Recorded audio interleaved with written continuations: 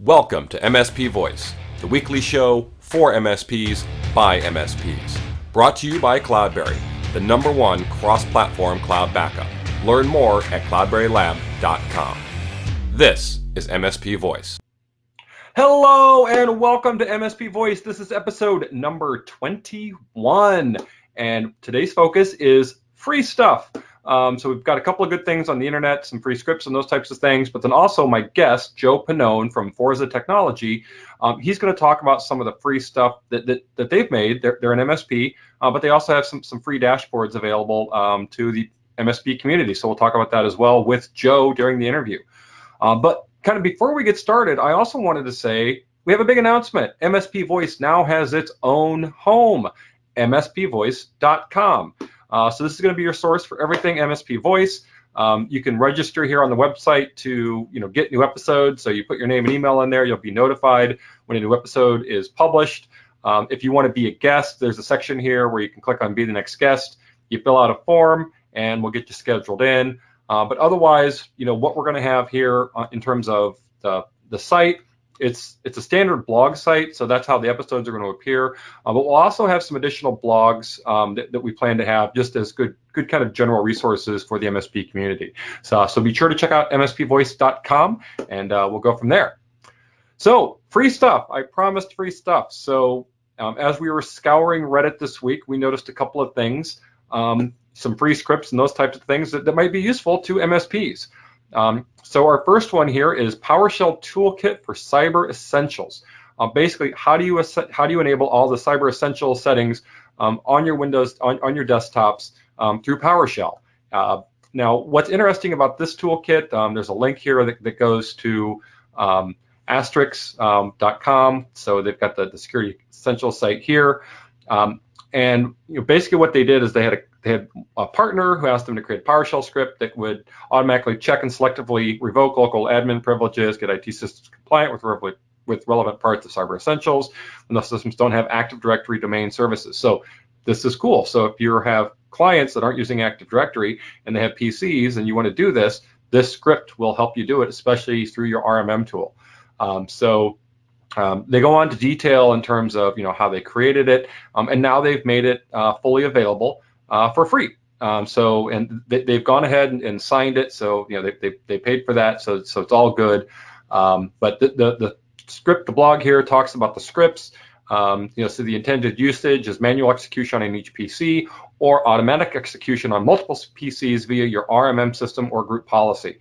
So it's a PowerShell script. However you want to deploy this PowerShell script to these endpoints, use your best method, and you can use it for free. So great technology, great free resource for all of you that want to enable this for your customers. Our next free script, again, it's a PowerShell script. And if you're using IT Glue, this can be very useful. So it checks your IT Glue passwords against the "Have I Been Pwned" breaches using PowerShell. Essentially what this does is, hackers will often use passwords, spray attacks, right, to gain access to accounts. These attacks work by trying commonly used passwords against many accounts. So if you're using IT Glue documentation system, you can use this script to determine how secure and common the passwords in your customer's environment are by checking their presence in known data breaches.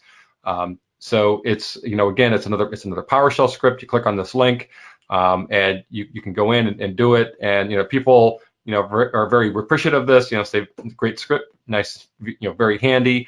Couple of suggestions on some things, on how to end it, those types of things. But overall, it's pretty good reaction to this script, and definitely something you want to check out so that you can check to make sure that your customers aren't using stupid common passwords that are kind of well known and open to attack.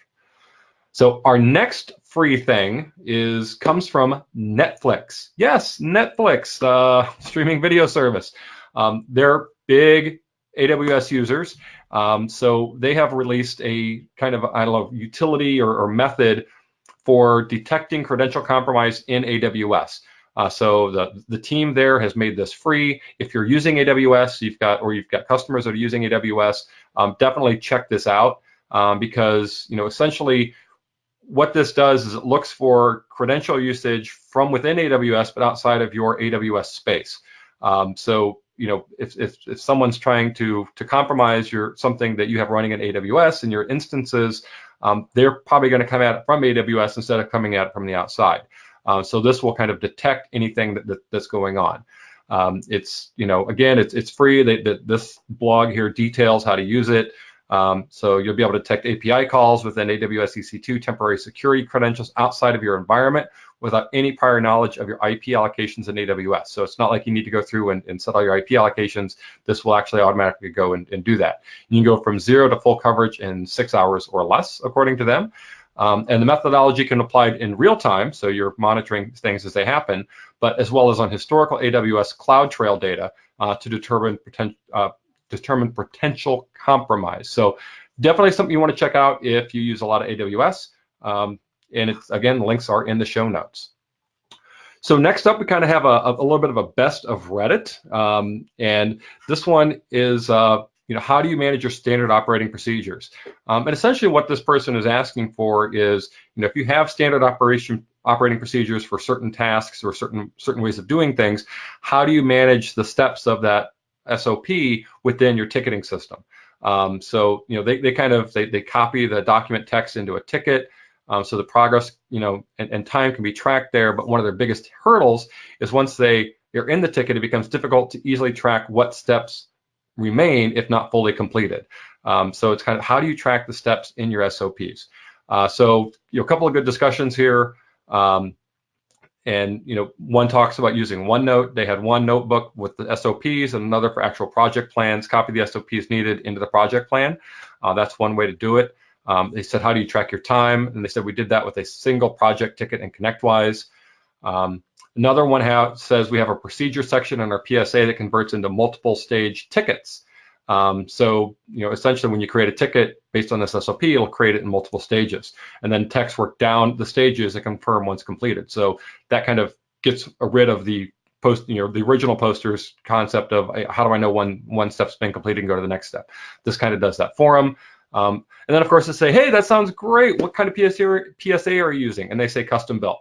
So, and again, the person who has this talks a little bit about it, but it's a custom built type of PSA system. So not sure if it's going to be useful to you.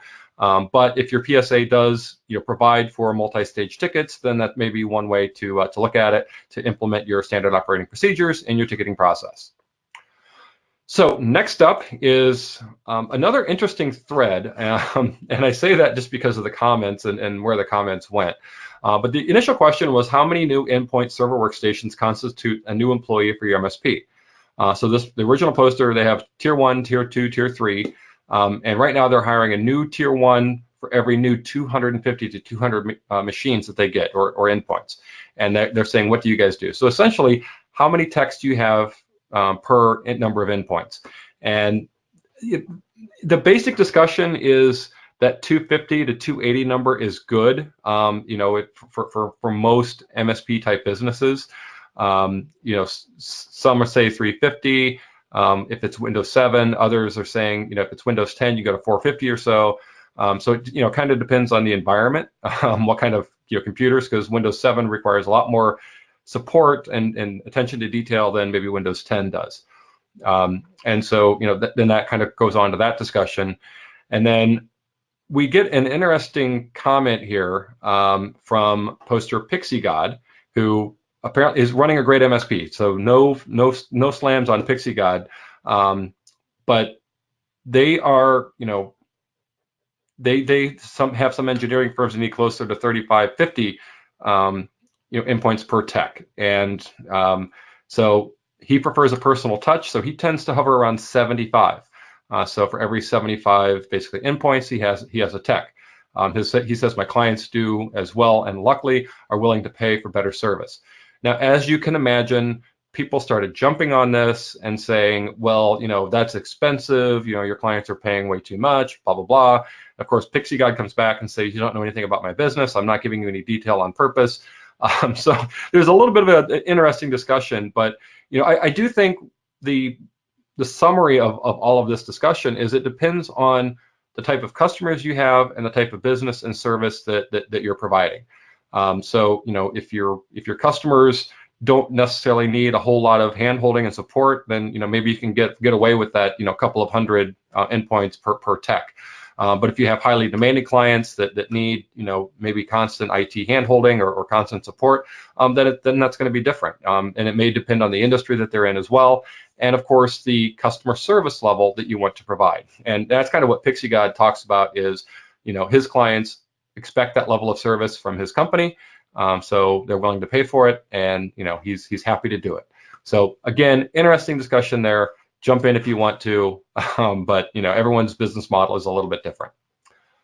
And then finally, not exactly a best of Reddit, but definitely Reddit related is, again, this is an AWS story, but AWS has created an official customer support account on Reddit.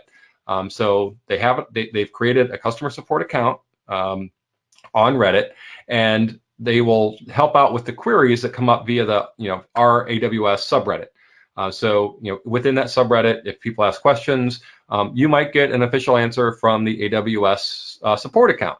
And so this article here from ZDNet is kind of talking about it. And what they then talk about is using Reddit as a customer service channel is a growing trend. And they kind of go into some detail about how popular Reddit has become. We know Reddit is hugely popular in the MSP community with the MSP subreddit and some other things. And people go there to find help and tips. So from the company perspective, the fact that AWS now has that support channel available there is extremely helpful. But of course, it's not just the AWS support channel; it's the broader Reddit community as whole.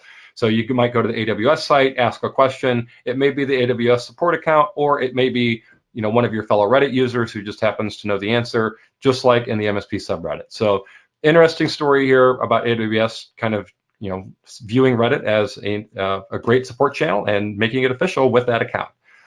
So that is all I have today on Best of Reddit. Again, make sure to check out mspvoice.com for this episode as well as all the past episodes, and sign up to be notified of new episodes. And with that, we will now get to our interview with Joe Pannone from Forza Technology Solutions. Thank you. Hello and welcome. Today, I'm excited to be joined by Joe Pannone from Forza Technology up in New Haven, Connecticut. Joe, why don't you introduce yourself?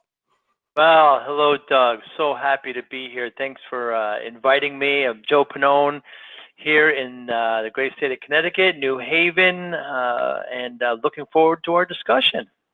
Great. So now Forza Managed Services, right? Yeah. Well, we started in '93.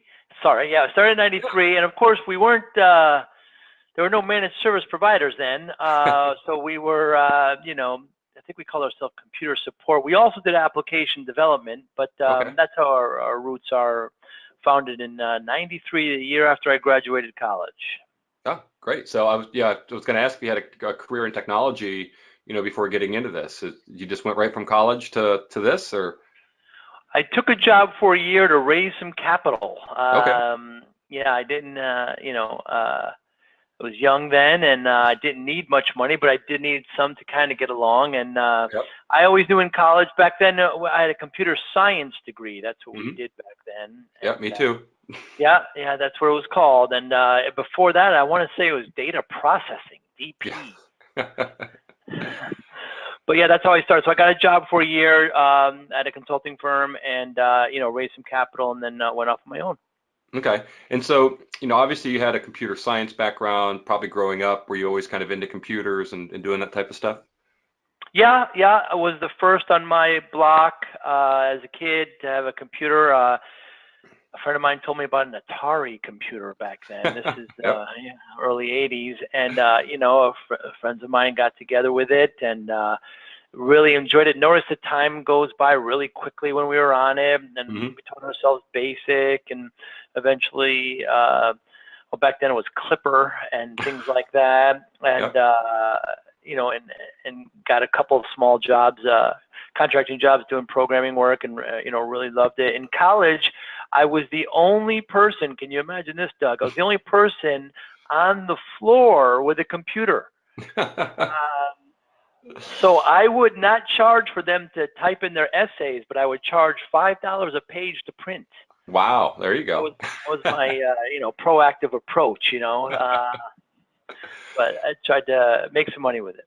Yeah, they weren't smart enough to know that they could save it on a floppy disk and take it down to the computer lab and print it for free. Yeah, they didn't want to do that. They liked the comfort of doing it right there, and it was fun. It was very fun. Cool. Yeah, I remember the college days too. I don't think I was the only one on my floor that had a computer, but I was one of the few. So yeah, the old 286. Yeah, powerful boxes back then. Yes. So, you're doing more managed services now, I imagine, and you probably, like you said, you started off doing a few different things. What was that transition like? Kind of going from application development, you talked about probably some break fix.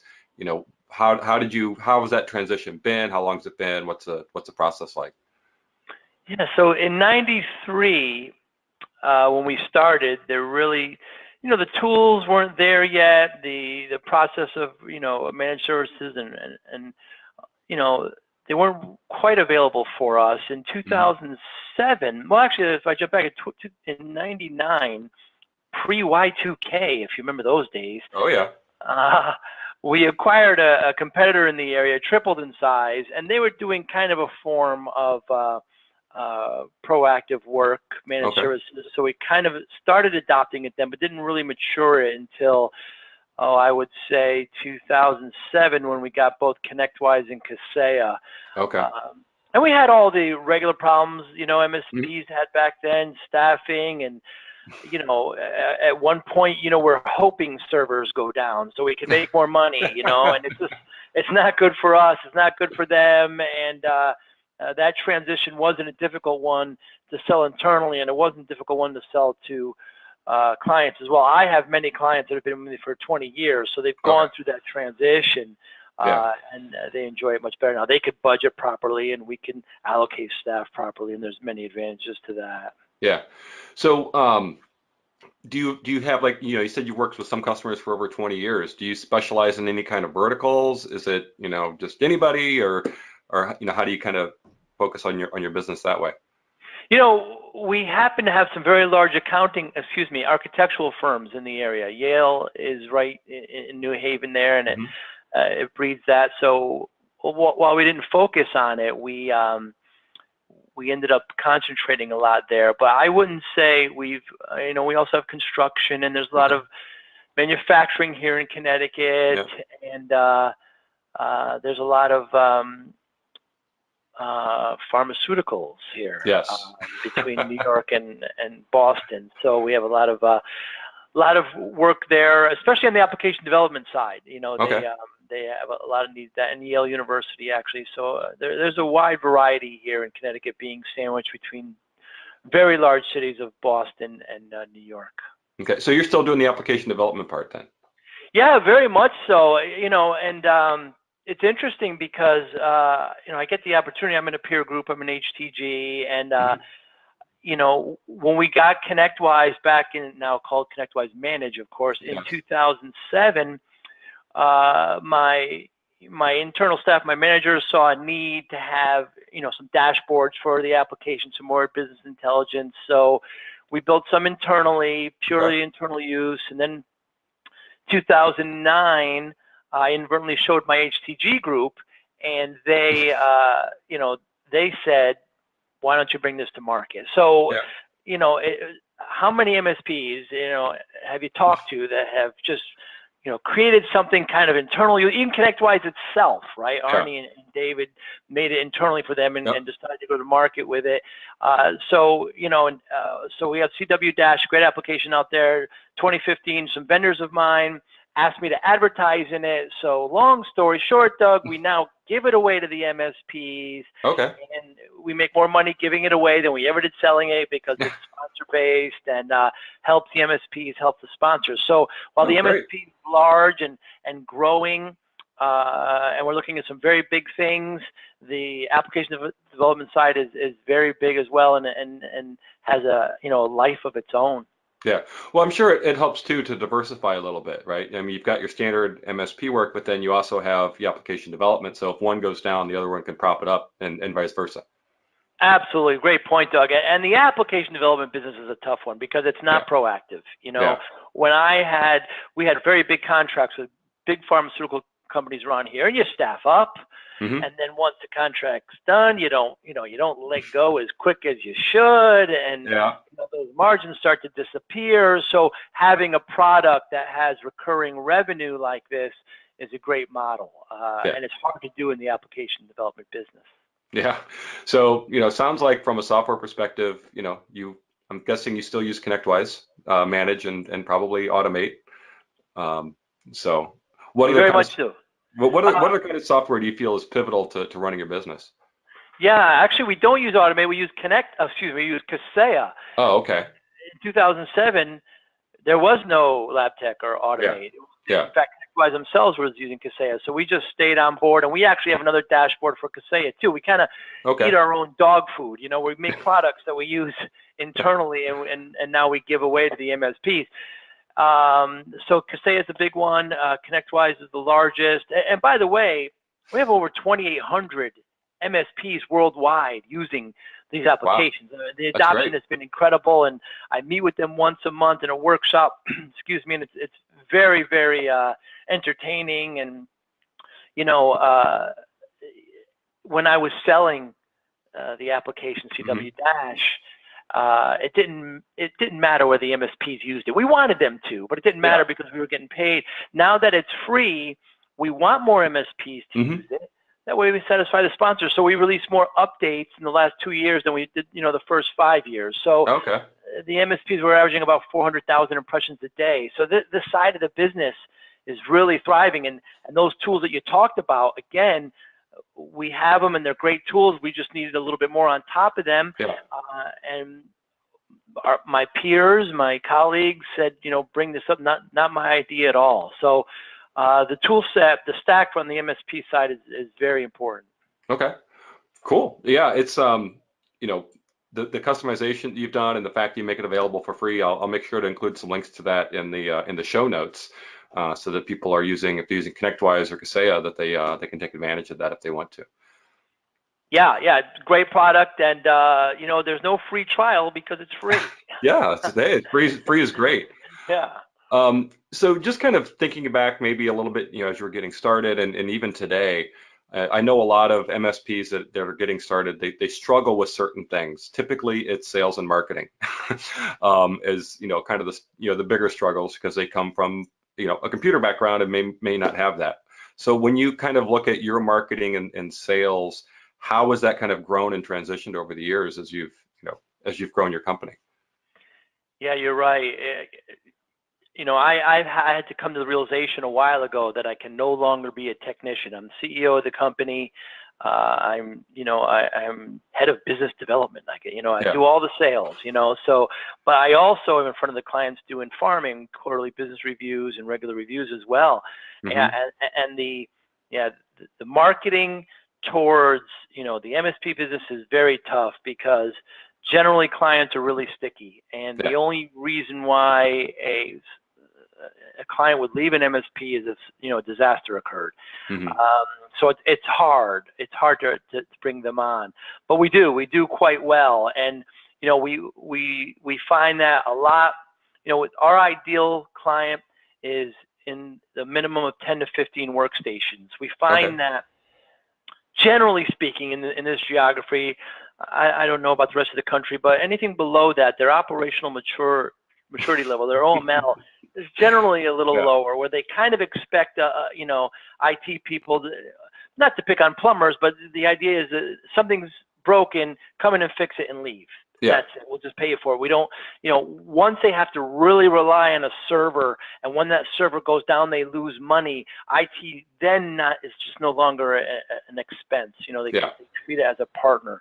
So, and it's hard when you don't verticalize to look at that baseline of, minimum workstations. So we find that going to our clients' events, their business events, and trying to network that way, and referrals is really. We have a great referral program where we give a $500 Amazon card, and never let them forget that that a referral means the world's the best compliment we can receive. Truly is, and a lot of business growth through that way. It's very difficult. Also, LinkedIn provides some kind of warmth. It's not that cold of an introduction, right? Yeah. It kind of warms them a bit.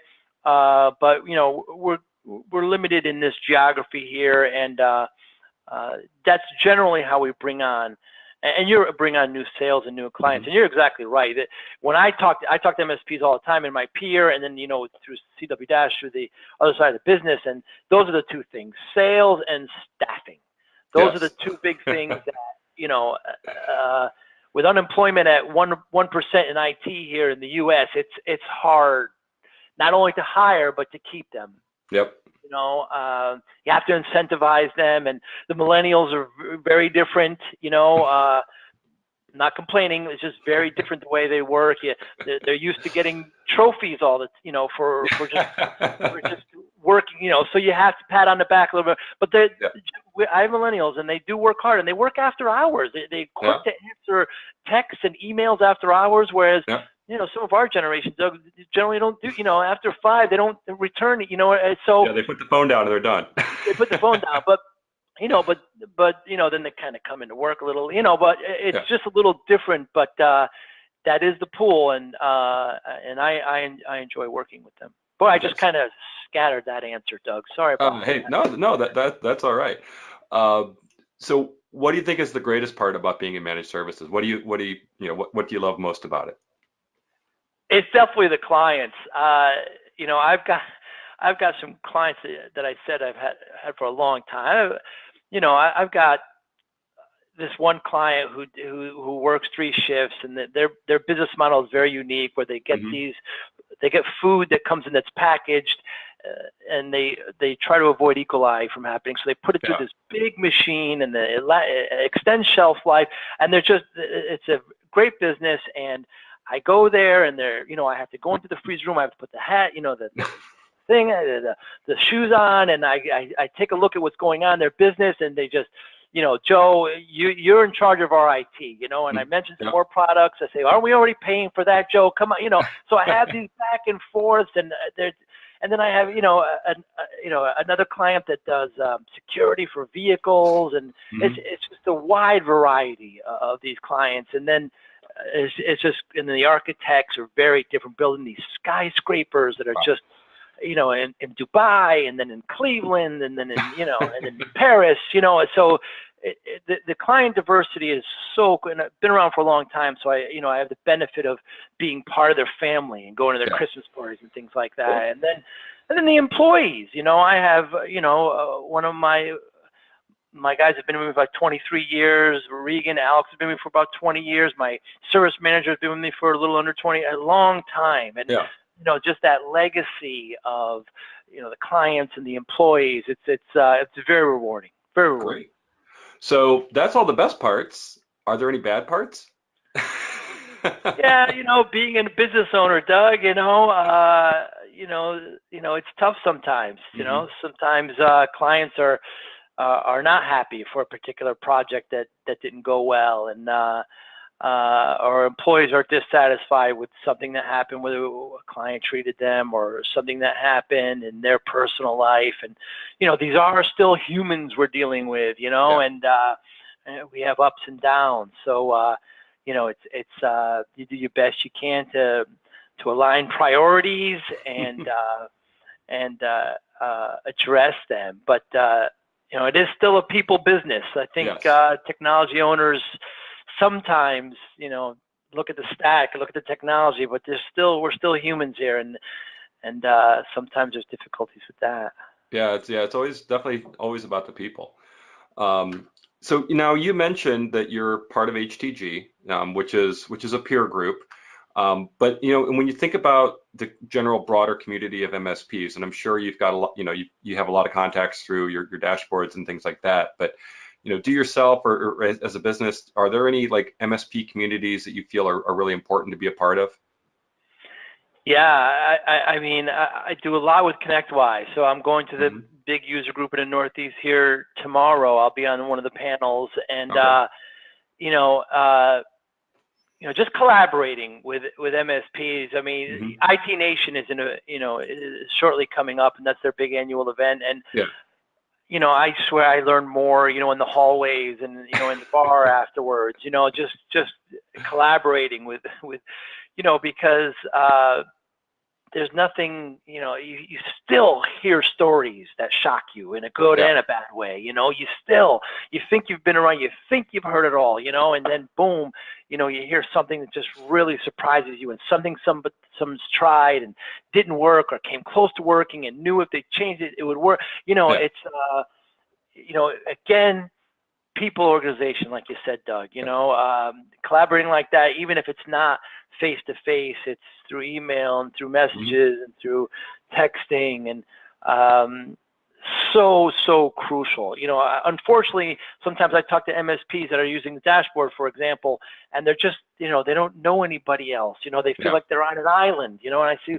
don't you collaborate? And some are in peer groups that aren't IT focused, which is still good. But at least you're collaborating with someone, you know, and it's just so crucial. I mean, you know, for a lot of people too. I mean, I know the MSP subreddit, you know, on Reddit is extremely popular, you know, and like you said, you see stories on there, you're like, oh my God, I can't believe that's happening. But there's a lot of great places, you know, for folks to go out and at least connect with other like-minded people, and get some answers to questions.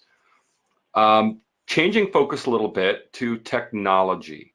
What technologies, or like it could be current or something new that's up and coming, are you excited about? You know, what's kind of like, wow, I can't believe this is happening, or you're really looking forward to?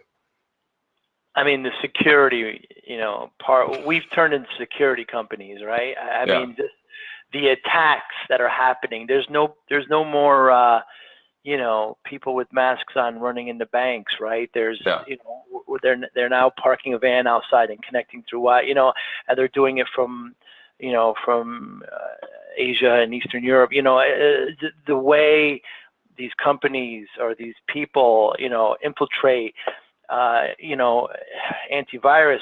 Virus is old now, right? So malware, and there's just these different layers of security that these companies are coming up with such terrific ways. They're monitoring the actual traffic coming into the network, and they're monitoring just the way people work, and they're hearing these threats and acting on them, and it's just it fascinates me. We'll be at IT Nation, and you know, there's these companies that are there that are doing such great work, and even coming down to the remediation, where not only will they'll tell you, but there's a bank of their people going to put it out as well and attack it. And it's just amazing to me, and it becomes.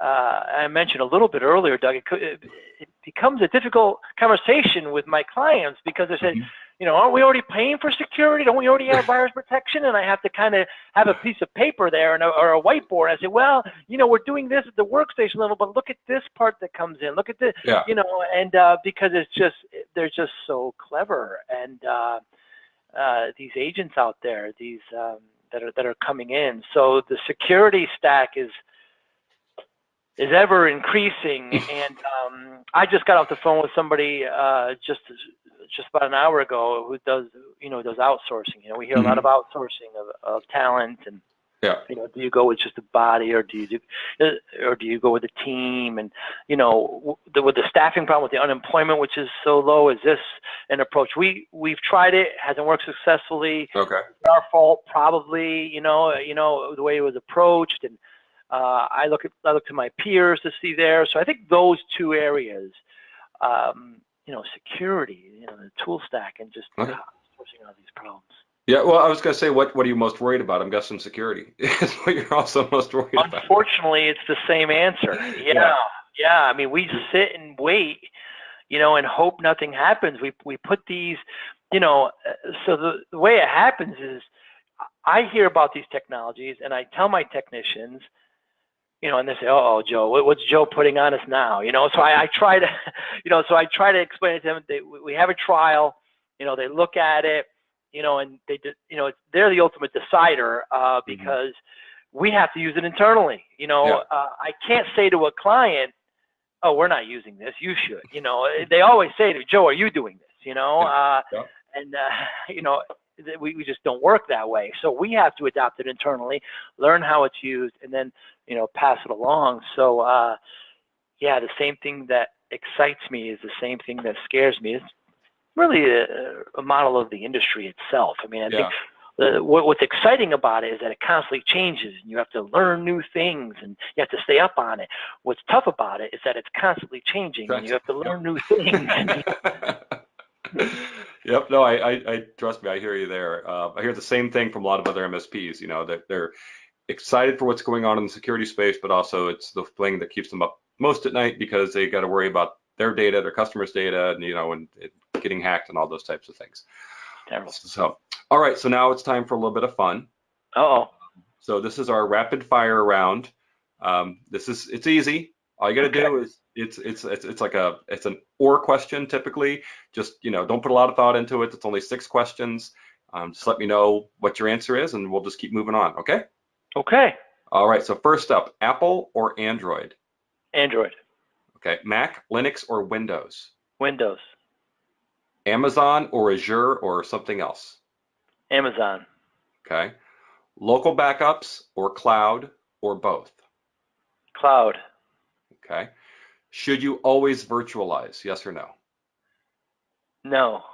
Okay.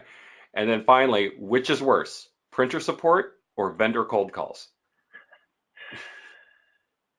So that's the only one I'm pausing for. Vendor cold calls.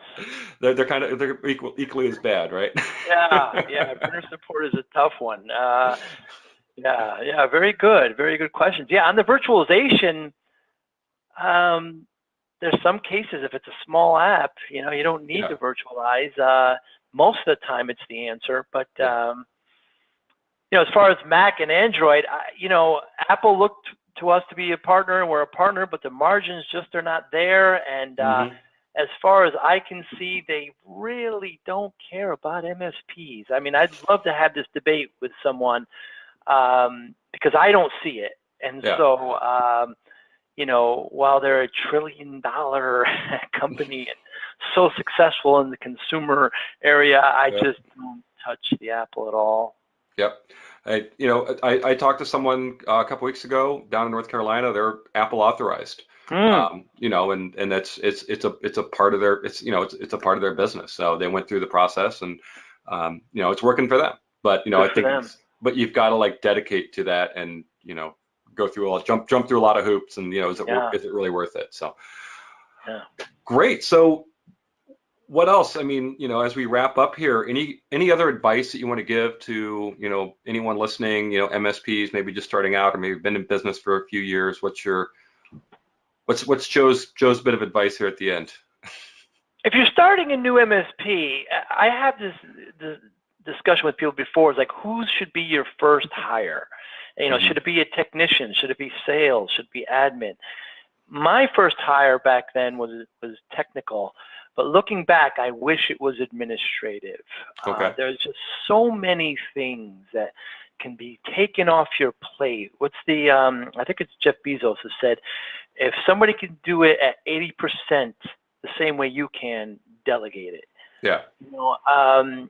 I think that would be the first hire. There's just so many things that stop your progress because of things that you can delegate. And many times as business owners, I can order that pizza for dinner much better than anybody else can in this place. So you have to learn how to, my advice would be, of course, how long can you go without a salary? But your first hire to be administrative, to really handle a lot of those, marketing details, sales details, office details, I'm there with that decision. Okay. Great. Thanks, Joe. Great advice. Thanks for being a guest. It's been a great chat talking to you, and I'm thinking I'll see you in Orlando in a couple of weeks here at IT Nation. Doug, thanks so much. This was terrific. I really appreciate your time and your audience. This is tremendous. I really enjoyed this. Thank you, Doug. All right. Thank you.